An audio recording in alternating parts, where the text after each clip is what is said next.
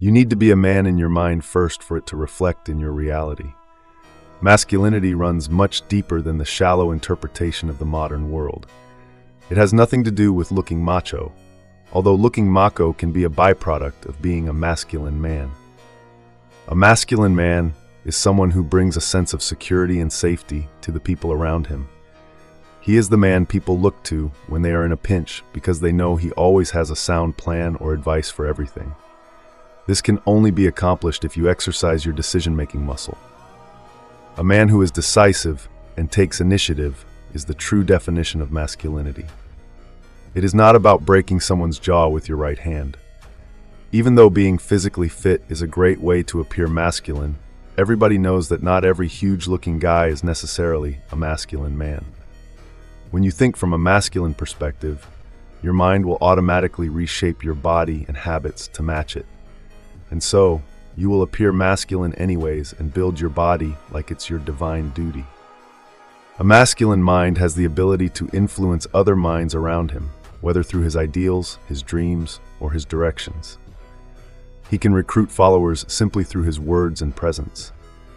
Yet masculinity has been attached to the worst kind of depictions, violence and tyranny, when in truth it couldn't be farther from these. Violence is the last thing a masculine man will choose. This is not to say that you shouldn't know how to be violent when necessity demands it.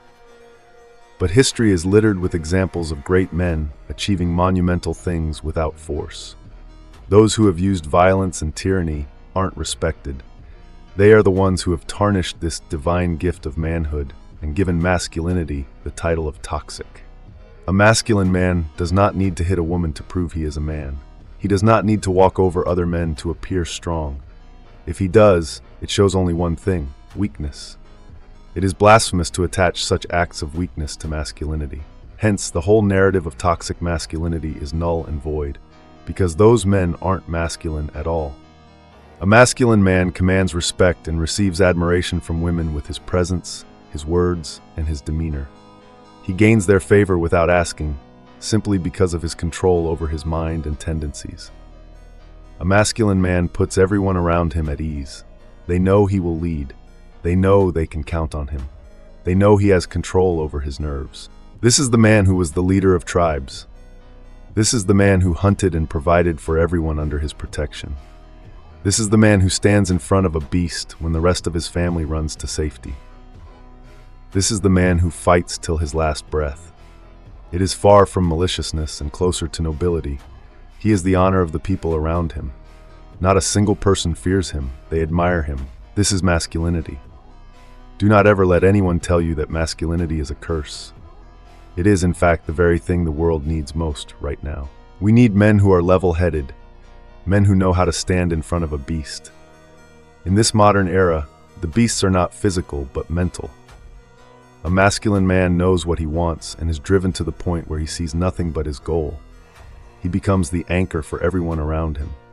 He accelerates financially, not out of greed, but because the sheer thrust of his dreams amasses him wealth, which he uses wisely to raise those around him. Make no mistake, masculinity does not exist in being self-centered. It is only truly masculine when others benefit from it. Everything else is narcissism. On the other hand, it is equally important for you to stabilize yourself first. If you are struggling, you cannot lend a hand to others. A masculine man is masculine for the very reason that he has his own business in order. Then and only then can he support those around him. Do not lose yourself while trying to lift someone else. You can only avoid this when you have your mind in control. Accept your masculinity in your mind and start driving your life from this perspective. Money, health, an ideal body, and the affection of women will simply be byproducts. This is not to say you should become completely self-reliant and refuse help when you truly need it. The difference is that a masculine man looks for help, but not for direction in his life. To put it simply, a masculine man does not look to others for answers. He finds them himself. Remember, a violent man who rules by force is not a masculine man. That is a beast.